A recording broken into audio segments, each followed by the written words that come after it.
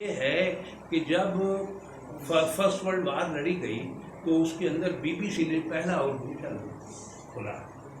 اس کے بعد ہم دیکھتے ہیں کہ جو سوربن یونیورسٹی سے جڑا ہوا یعنی عربک ڈپارٹمنٹ تھا، جس کے اندر غاسل دی تاشی آ گیا تھا۔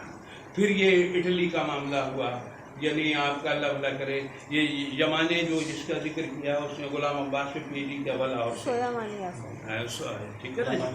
تو اب یہ جو میں بیرون ممالک میں اردو ایک کتاب ہے جو انعام الحق جاوید نے کمپائل کی ہوئی ہے، وہ بھی آپ دیکھ سکتے ہیں۔ اور اب یہ نہیں ہے کہ بھائی تدریسی جو ایک رویہ ہے یا تدریس کا جو عمل ہے، کوئی دنیا میں کوئی ایسا ملک نہیں ہے جہاں اردو کو پڑھایا نہ جا رہا ہو یا سمجھا نہ جا رہا ہو۔ اب اگر جو آپ کی خواہشات ہیں، ان خواہشات کی روشنی میں تو آپ یہ سمجھ لیجئے پاکستان میں اس کا وہ چلن نہیں ہے جو کہ ہونا چاہیے تھا، یعنی یہ اس بات سے کوئی وہ نہیں ہے، اس بات سے اتفاق ہے۔ لیکن ایک بات ذہن میں یہ رکھ لیجئے کہ زبان سیم ہو سکتی ہے، نیریٹو مختلف ہو سکتا ہے۔ ہم جو مارے گئے ہیں